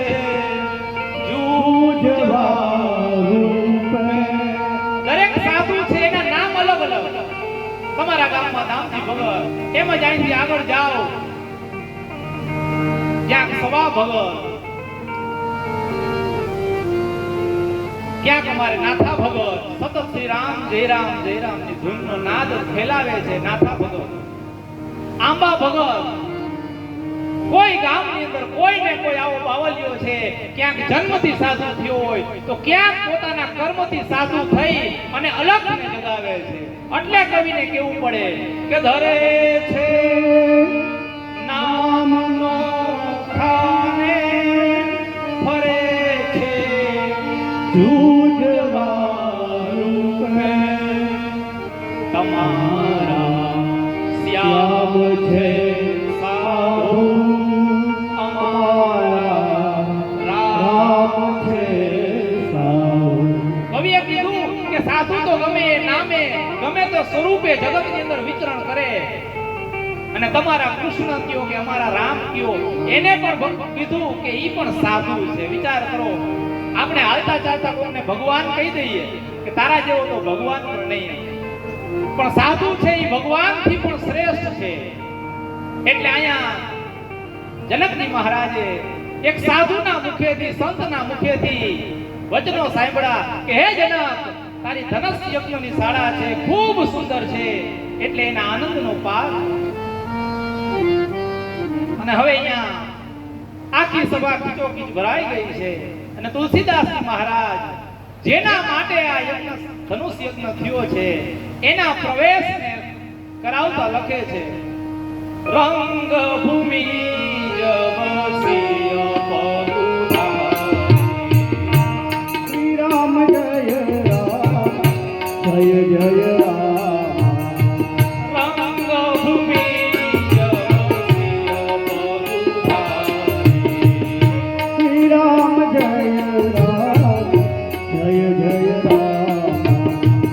દેખી રૂપનો હે નર નારી. શ્રી રામ જય રામ, જય જય રામ. તુલસીદાસજી મહારાજે લખ્યું કે ધનુષ યજ્ઞની શાળાની અંદર જેવો સીતાજીનો પ્રવેશ થયો, એના પ્રવેશની સાથે જેટલા નર અને નારી હતા સભાની અંદર, એ બધા છે ઈ મોહિત થયા. હવે આપણે થોડુંક અજુગતું લાગે, કારણ કે સીતાજીએ રંગભૂમિમાં પ્રવેશ કર્યો તો સ્વાભાવિક છે, સીતાજી સ્ત્રી છે, નારી છે, નારીને જોઈને કોઈ પુરુષ મોહિત થાય તો સ્વાભાવિક છે. પણ આયા તો તુલસીદાસજીએ લખ્યું કે દેખી રૂપ મોહે નર નારી. નરે લખ્યું ને નારીએ લખ્યું, તો આવું તો બની ન શકે. સીતાજીને જોઈ અને પુરુષ મોહિત થયા બરોબર છે, પણ સ્ત્રીને જોઈને સ્ત્રી મોહિત ન થાય. અને પાછા આ જ તુલસીદાસજી મહારાજ ઉત્તરકાંડની અંદર પાછા એ જ ચોપાઈમાં લખે, શું કહે આપણને? મોહન નારી નારી કે રૂપા. શ્રી રામ જય રામ, જય જય રામ. મોહન નારી નારી કે રૂપા. શ્રી રામ જય રામ, જય જય રામ. પંગારીય નિત્ય રૂપા. શ્રી રામ જય રામ, જય જય રામ. ઉત્તરકાંડની અંદર આ જ રામાયણમાં ગરુડજી મહારાજ અને કાગભૂષણજીના સંવાદમાં કહે છે કે મોહન નારી નારી કે રૂપા. જગતની અંદર ક્યારેય કોઈ નારીના રૂપ પર નારી મોહિત ન થઈ શકે. અને અહીંયા પાછા એ જ તુલસીદાસજીએ લખ્યું કે તુલસીદાસ જેવો સીતાજીએ પ્રવેશ કર્યો એટલે બધા છે એની પર મોહિત થયા. પણ આપણે આનો અર્થ થોડોક સવળો લેવાનો છે. તુલસીદાસજી મહારાજે શું લખ્યું કે રંગભૂમિ જબ સિય પગુધારી. રંગભૂમિની અંદર સિય એટલે સીતાજી અને પગુધારી એટલે પગ દીધો એવું નથી સમજવાનું. ભગવાન રામનું એક નામ છે પગુધારી. કારણ કે ભગવાન રામે પોતાના હૃદય ઉપર ભૃગુ ઋષિનું પદ ચિહ્ન ધારણ કર્યું છે. ભૃગુ ઋષિએ લાત મારી હતી ને એનું પદ ચિહ્ન છે. એટલે ભગવાન રામનું એક નામ છે પગુધારી, અને પગને ધારણ કર્યું એટલે પગુધારી કહેતા રામ. એટલે હવે ચોપાઈમાં લખ્યું કે રંગભૂમિની અંદર સીતાજી અને રામ આવ્યા, એટલે એને જોઈ અને બધાય નર નારી મોહિત થયા. સીતાજીને જોઈ અને બધાય પુરુષો મોહિત થયા, અને રામને જોઈ અને બધી સ્ત્રીઓ છે એના ઉપર મોહિત થઈ. સીતાજીનો સુંદર મજાનો પ્રવેશ છે એ રંગભૂમિની અંદર થયો. પાપી રાજાઓ હતા એ કેવા માંડ્યા કે હમણાં અમે જેવી ધનુષ યજ્ઞની જાહેરાત થાય ને એટલે ઊભા થઈ અને આનો તો બાળકનો તો વારો જ નહીં આવે છે. અમે ઊભા થઈ અને આ ધનુષને તોડી નાખ્યા. બીજા ધાર્મિક રાજાઓ હતા એ કેવા માંડ્યા થોડીક ધીરજ રાખો, તમારો વારો આવશે. બધા રાજાઓ છે એ રાહ જોઈને બેઠા છે ક્યારે જનકજી મહારાજ છે એ આજ્ઞા આપે અને ક્યારે અમે ધનુષને તોડી નાખે. હજી બધા એમનો અંદર વાત કરે ન કરે ત્યાં એ વખતની બે મહાન જુલમી સત્તાઓ હતી એ છે એ જનક મહારાજની સભાની અંદર આવી. કોણ આવ્યું? રાવણ અને બાણાસુર છે એ પ્રવેશ કર્યો. રાવણ આવીને કેવા માંડ્યો, ક્યાં ગયો જનક? લાવ તારી પુત્રી સીતાને, જલ્દીથી મારી પાસે સમય નથી અને મારી સાથે ફેરા ફરાવ અને હું એને લઈને જતો રહું, એની સાથે વિવાહ કરી. બધા પાપી રાજાઓ વાત કરતા હતા. હવે આની સામે બોલે કોણ? કારણ કે એ વખતની બે જુલમી સત્તાઓ રાવણ અને બાણાસુર અને બંને પાછા કેવા તુલસીદાસજી મહારાજે એનું વર્ણન કર્યું. યાકે 10 શીશ 20 બાહુ ડોલે શૈલ માનો, યાકે 1 શીશ બાહુ 10,000 હે. અને કેવા પ્રેમ છે, એક છે ને 1,000 હા અને એક અને બીજો આવ્યો એને 10 મસ્તક અને 20 ભુજા છે. બંને દેખાવમાં કેવા દોનો લાલ ચંદન કો દિવ્ય હે નિકુંડ ભાર કહે રહે રાગના આયા સંસાર હે. બંને ત્રિપુટ ધારણ કરેલ છે, બંનેના ખભા ઉપર ધનોય છે, રુદ્રાક્ષ માળા ધારણ કરે છે. આવા ભયંકર બે આવી અને જનકને કેવા માંડ્યા. હવે આને કોણ રાવણને સમજાવે? રાવણ આવીને કેવા માંડ્યો, ક્યાં ગયો જનક? લાવ તારી પુત્રી સીતાને, હમણાં એની સાથે વિવાહ કરી અને એને લઈ જાઓ. હવે આની સામે કોણ બોલે? પણ ભગવાન એની હારે બોલે ને તો એના ભેગો જ ઉઠ્યો. એટલે તરત માણસ કેવા માંડ્યો રાવણને કે રાવણ, તને ખબર નથી આ મારા અને તારા ઈષ્ટ ગુરુ એવા ભગવાન શિવનું પુરાતન ધનુષ છે. આને મારા તારાથી ઉપાડાય નહીં અને તોડાય નહીં. આ તો આપણે એના દર્શન કરવા આવ્યા છે. ત્યારનું બાણાસુરે કીધું ને એટલે રાવણ એના અભિમાનમાં કેવા માંડ્યો, એ મૂર્ખા, તને ખબર નથી મારા બળની. કેમ? તું એમ કે મારાથી આ ધનુષ છે એ તૂટે નહીં? બાણાસુર હસતા હસતા કેવા માંડ્યો, મૂર્ખા, તૂટે નહીં એમ નથી કહેતો, આપણાથી તોડાય નહીં એમ કહું છું. આપણા ભગવાનનું ધનુષ છે અને જો હવે તું ગર્વ કરતો હોય, અભિમાન કરતો હોય તો જા, હું તને કહું છું કે આ ધનુષ તારાથી તૂટે નહીં. રાવણને જેમ કીધું ત્યાં રાવણ કેવા માંડ્યો, બાણાસુર, તને મારા હજી બળની ખબર નથી. મેં મારા હાથથી આખા જગત પર વિજય મેળવેલો છે. કુબેર જેવાને દંડ ભરી ભરી અને દ્રવ્ય વગરનો કરી નાખ્યો છે. મારા ધનુષનો ટંકાર સાંભળી અને ઇન્દ્ર જેવા ધ્રુજવા માંડે છે. અને હજી મારા પરાક્રમની ખબર નથી. રાવણ પોતાનું બળ છે એ કેવા માંડ્યો એટલે બાણાસુર કહે છે ને કે રાવણ, તને હજી ખબર નથી, તારા મારા જેવા પાપીઓનો ભાર ઓછો કરવા માટે ભગવાન અવતાર લઈને આવી ગયો છે. તને ખબર નથી, મારા પિતા બલિરાજાને એની પાસે વચન માંગી અને અડધા ડગલામાં છેલ્લે એને પાતાળની અંદર ચાપી દીધો હતો. એટલે રાવણ કેવા માંડ્યો, તારા બાપ બલિરાજાને માથા કેટલા? એક જ માથું ને? તારા બાપ બલિરાજાને હાથ કેટલા? 2 હાથ ને? મારે તો 10 મસ્તક અને 20 હાથ છે. મારા બળની તને ખબર નથી. અને મારા આ હાથ વડે મેં ભગવાન શિવનો કૈલાસનો ઉપાડેલો છે. શંકર ભગવાનને પણ ખબર છે મારા બળની. અને જો મેં કૈલાસનો ઉપાડ્યો હોય તો ત્યારે શું શંકર ભગવાન પાસે આ ધનુષ નહીં હોય? અને તું એમ કહેશ કે આ ધનુષ મારાથી ઉપડે નહીં, તૂટે નહીં? બાણાસુર છે ઈ મન હસવા માંડ્યો અને કેવા માંડ્યો, મૂર્ખા, હું તને હજી સમજાવું છું કે આપણાથી તોડાય નહીં. પણ તું ગર્વ કરતો હોય તો હવે હું જોઉં છું. હું તો દર્શન કરીને વહી જવાનો હતો, પણ હવે જોતો જાઉં કે તારાથી આ ધનુષ કેમ તૂટે છે. એમ કે બાણાસુર છે ઈ ઉભો રહ્યો અને રાવણ છે ઈ પોતાના 20 હાથ વડે એક પછી એક હાથ છે ધનુષ ઉપર માંડ્યો નાખવા અને ધનુષને છે ઈ ઉપાડવાની કોશિશ કરી. પણ ધનુષ છે ઈ સભા જોઈ રહી કે આ રાવણ જેવો બાણાવળી 20 ભુજાથી ધનુષને ડગાવે પણ ધનુષ ડગતું નથી જરાય, તલભાર ડગતું નથી. રાવણને એકવાર તો મનમાં થઈ ગયું કે હું જે મુખેથી મારી પ્રશંસા કરતો તો, અભિમાન કરતો તો, હવે ક્યાં મુખે અહીંથી પાછળ જાઓ. બાણાસુરે આ બધું જોયું ને, રાવણે ખૂબ બળ કર્યું એટલે હાયે ધમણ થઈ ગઈ અને આમ નીચે પડી ગયો. રાવણથી ધનુષ તો ન ઉપડ્યું પણ એના આંગળા છે ને ધનુષ નીચે ફસાઈ ગયા. હવે આંગળા નીકળે તો અહીંથી જાય એટલે બાણાસુર નીચો વળી અને રાવણને જોઈને કેવા માંડ્યો. શું કીધું રાવણને કે કરજો કર મે કૈલાસ લિયો અબ કેસે ના કિસી કો રસ હે. કેમ રાવણ કઈનો પરાક્રમ કરતો તો કૈલાસ પાડ્યો તો ઈ હાથ ભેગા છે કે ઘરે મૂકીને આવ્યો છો? હવે રાવણને સંભળાવે છે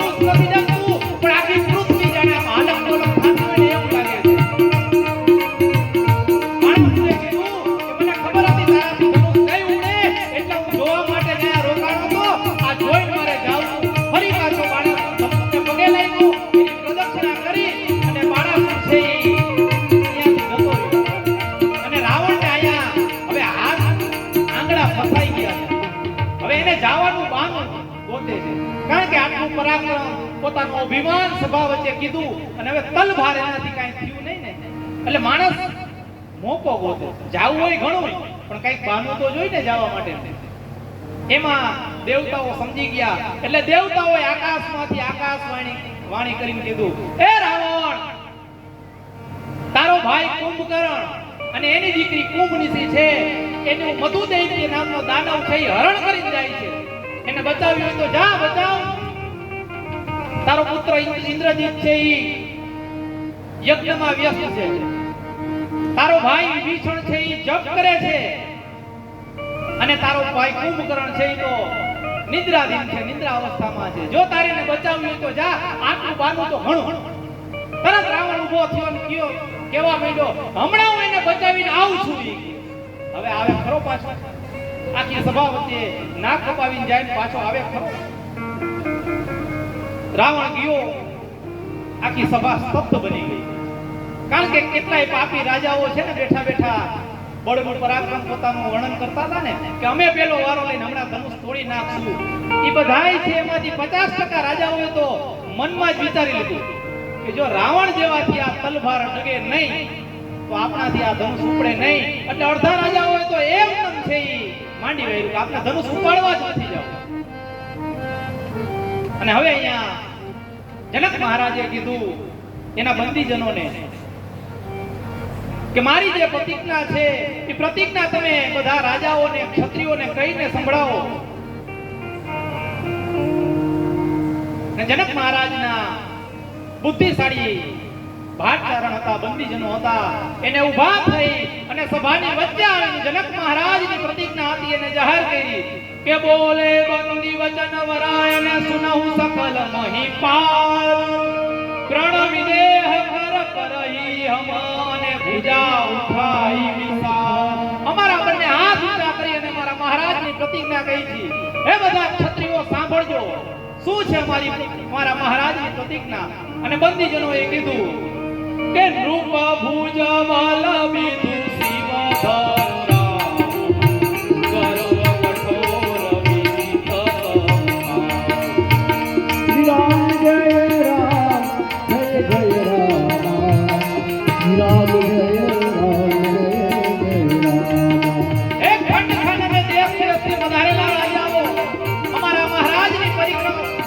પ્રતિજ્ઞા છે સાંભળો.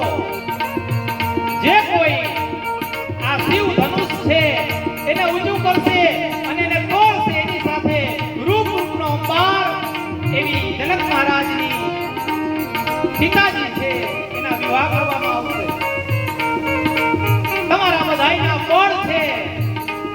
ચંદ્રમાં સમાન તેજસ્વી છે. ત્યાં તો જ્યાં ભાટકારણોએ વખાણ કર્યા ને કે અમારા બળને ચંદ્રમાં સમાન કીધા, એટલે ઓલા પાપી રાજા હતા ને તો આમ બાવણા ચડાવવા માંડ્યા, પોતાના બાહુ ઉપર હાથ મૂકવા માંડ્યા કે જો મારી પ્રશંસા કરે છે તમારા બળને ચંદ્રમાં જેવું કીધું. એટલે ઓલા ધાર્મિક રાજાઓ કેવા માંડ્યા, પાપિયાઓ પેલા તું સાંભળો શું કહે છે કે તમારા હાથની શક્તિ છે એ ચંદ્રમાં સમાન છે. તો આ શિવનું ધનુષ છે ને એ રાહુ જેવું છે, જેમ રાહુ ચંદ્રને ગળી જાય તેમ તમારા હાથની શક્તિને છે આ ધનુષ છે એ ગળી જશે. અને હવે તો રાવણ અને બાણાસુર જેવાથી આ કામ નથી થયું, તો જે કોઈ આ શિવ ધનુષને તોડશે એને વિશ્વ વિજયનું બિરુદ મળશે. બંદીજનોએ જનક મહારાજની જે પ્રતિજ્ઞા હતી એ કઈ સંભળાવી, અને જેવી પ્રતિજ્ઞાની જાહેરાત થઈ, સભામાંથી એક પછી એક રાજા છે ઊભા થઈ અને પોતાનું બળ છે એ ધનુષ ઉપર છે એ અજમાન. પેલા એક હાથે ઉપાડવાનો પ્રયત્ન કરે, એક હાથે ન ઉપડે, વળી બીજો હાથ દે, બીજા હાથે ન ઉપડે, પડી જાય, ઊભો થઈ પાછો પોતાના સિંહાસન. આમ કરતા કરતા સભાની અંદર ઘણા રાજાઓ છે ઊભા થઈ અને બેસી ગયા. કોઈથી શિવનું પિનાક ધનુષ છે પુરાતન એ ઉલકડું નહીં. તુલસીદાસજી મહારાજે તો ત્યાં સુધી લખ્યું કે સભાની અંદર જેટલા રાજાઓ હતા કે ભૂપ સહસ્ર દસો એક લગે ઉઠાવન કરે રામ જય રામ જય જય રામ, શ્રી રામ જય રામ જય જય રામ. સભાની અંદર કેટલા રાજાઓ બેઠા હતા તો કે ભૂપ સહસ્ર દસ એટલે 10,000 રાજાઓ એ બધા એકિયારે ઊભા થયા અને ધનુષ ઉપાડવાનો પ્રયત્ન કર્યો, પણ તો પણ ધનુષ તલવાર ડગ્યું નહીં. તો આપને વિચાર આવે કે એકિયારે 10,000 રાજાઓ ઊભા થાય તો 20,000 હાથ થાય, તો આ ધનુષ કેટલું વિશાળ હશે. પણ તુલસીદાસજી અહીંયા મર્મ શબ્દોમાં કીધું કે સભાની અંદર જેટલા બધા રાજાઓ હતા ને અહીંયા શબ્દ વાપર્યો કે ભૂપ સહસ્ર દસ એક હી બારા. એક બારા એટલે એક સાથે નહીં, એકી સાથે નથી ઊભા થયા, પણ 7 વાર હોય. વારને આપણે હિન્દીમાં બાર કહીએ. ઈ વારમાંથી કોઈ એક વાર હતો, ઈ એક વારે એક જ દિવસની અંદર વારાફરતી 10,000 રાજાઓએ પ્રયત્ન કર્યો, પણ કોઈથી આ શિવનું ધનુષ છે એ ડગ્યું નહીં. આખી સભા છે ઈ શાંત બેઠી છે. હવે શું થશે? જનક મહારાજ છે એ વિચાર કરવા માંડ્યા કે આ શું? મેં તો ક્ષત્રિયો પરાક્રમી છે, બળવાન છે એવું ધારી અને આવી પ્રતિજ્ઞા લીધી હતી કે કોઈથી તો પણ આ શંકર ભગવાનનું ધનુષ છે એ ઉપડશે. પણ મને આજે એવું લાગે છે કે જ્યારથી પરશુરામે પોતાની ફરસી ચલાવી, આ પૃથ્વીને નક્ષત્રી કરી, ત્યારથી કોઈ ક્ષત્રિય બચ્ચો છે આ પૃથ્વી ઉપર બચ્યો નથી. બધા રાજાઓ છે એ પ્રયત્ન કરે, ઉપાડતા નથી. તો શું મારી પુત્રી સીતામાં કોઈ ખામી છે? જનક મહારાજ બોલતા બોલતા ઉગ્ર થયા અને જ્યાં એટલું બોલ્યા કે વીર વિહીન મહિમે જાણી. આખી આ પૃથ્વી છે એને વીર વગરની જાણું છું. અને જ્યાં આટલું બોલ્યા બધા રાજાઓ તો શાંતિથી સાંભળતા હતા, ચૂપચાપ સાંભળી લીધું. પણ જનક મહારાજના આ શબ્દ છે વિશ્વામિત્ર બાપજીની ડાબી બાજુમાં બેઠેલા સુમિત્રાનંદ લક્ષ્મણજી સહન ન થયા. ધીમે ધીમે લાલ થવા માંડ્યા અને પોતાના સિંહાસન પર બેઠા હતા એમાંથી ઊભા થઈ અને સીધા ભગવાન રામના ચરણોમાં પડી અને બે હાથ જોડીને કહેવા માંડ્યા કે મોટા ભાઈ, અવિવેક થાય તો ક્ષમા કરજો. તમે સાંભળ્યું આ મૂઢ જનક શું કહે છે? સાંભળ્યું તમે? તો જનક મહારાજને આખી સભાની વચ્ચે મૂર્ખ કીધા. આખી સભા ગુંજી ગઈ કે આ શું? લક્ષ્મણે જનક મહારાજને મૂર્ખ કીધા. મોટા ભાઈ, તમે સાંભળ્યું આ મૂઢ જનક શું કહે છે? જે સભાની અંદર ક્ષત્રિયનું અને એમાંય રઘુવંશીનું 6 માસનું બાળક બેઠું હોય તો એ સભાની અંદર કોઈથી આવા શબ્દ બોલાય નહીં. અને આ મારા અને તમારા જેવા બે ભાઈ બેઠો હોય અને આ મૂઢ જનમ એમ કહે છે કે આ પૃથ્વી વીર વગરની છે. ઉગ્ર થઈ અને લક્ષ્મણજી બોલવા માંડ્યા. આમ જનકને ખબર નથી મારામાં કેટલું પરાક્રમ છે.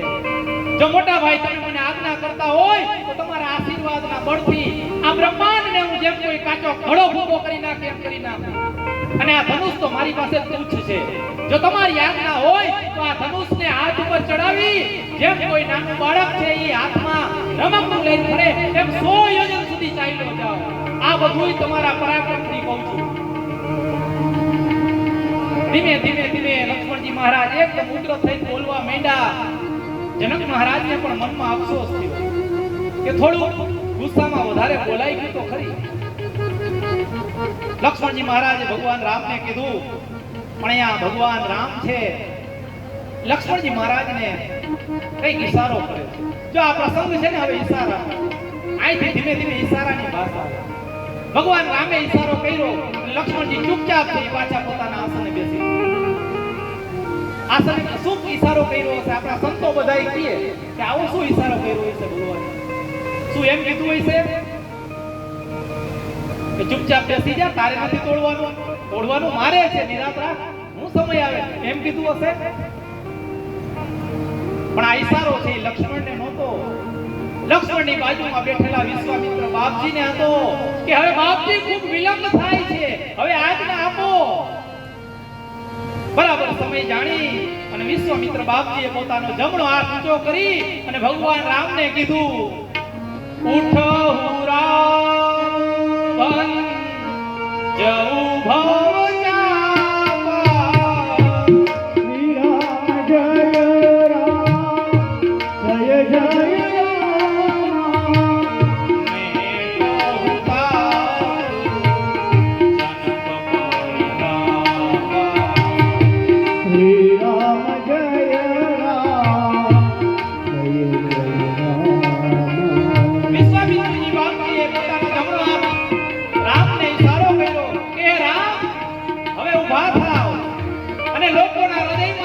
સંશયને અને આ ધનુષને ઉપાડો નહીં પણ ભંજન એટલે તોડી નાખો આવી આજ્ઞા કરી. વિશ્વામિત્ર બાપુની જેવી આજ્ઞા થઈ.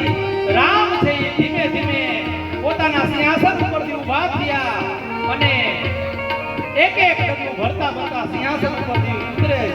તુલસીદાસજી મહારાજે લખ્યું કે રામ સિંહાસન ઉપરથી ઉતરે તો કેવું લાગે? ઉદયગીરી મંચ પર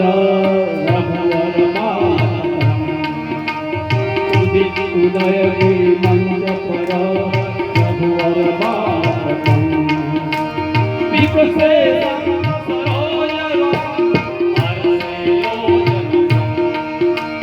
વિકસે સંગ સરોજ સદ હરસે લોચન.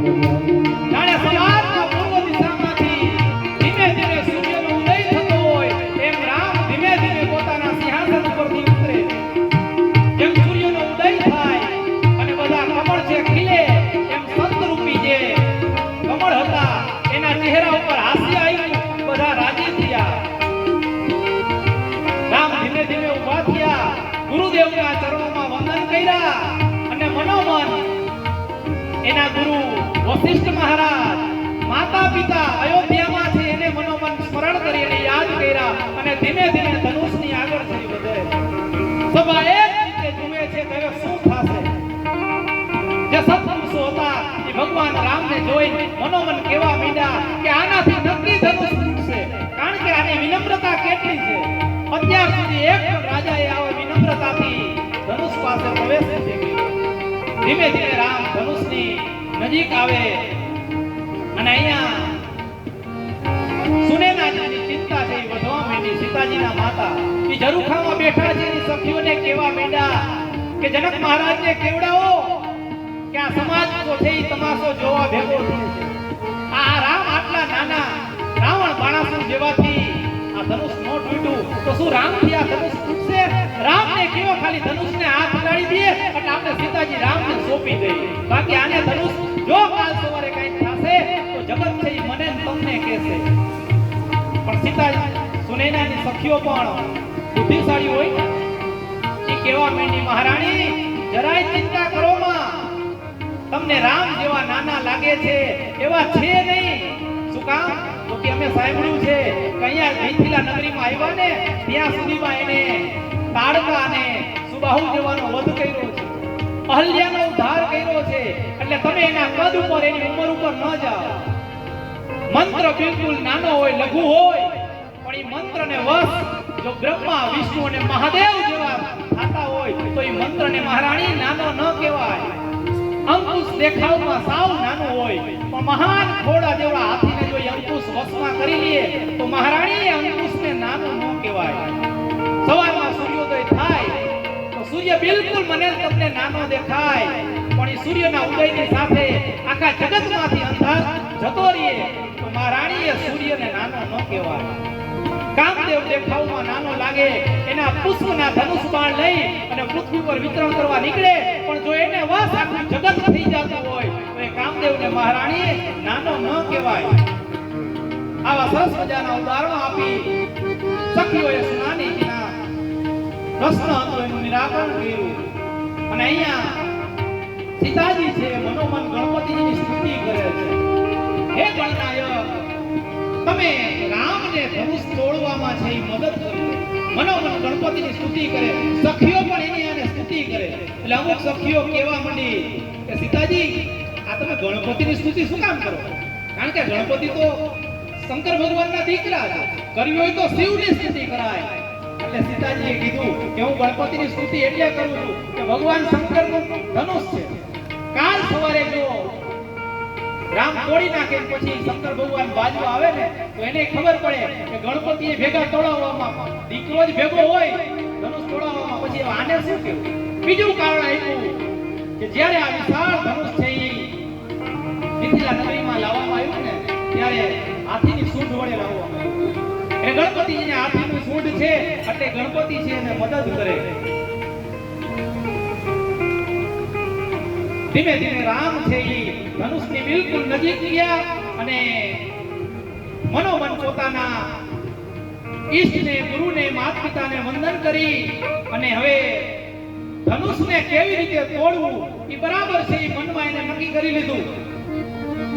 ગુરુ હિ પ્રણામ મનહિ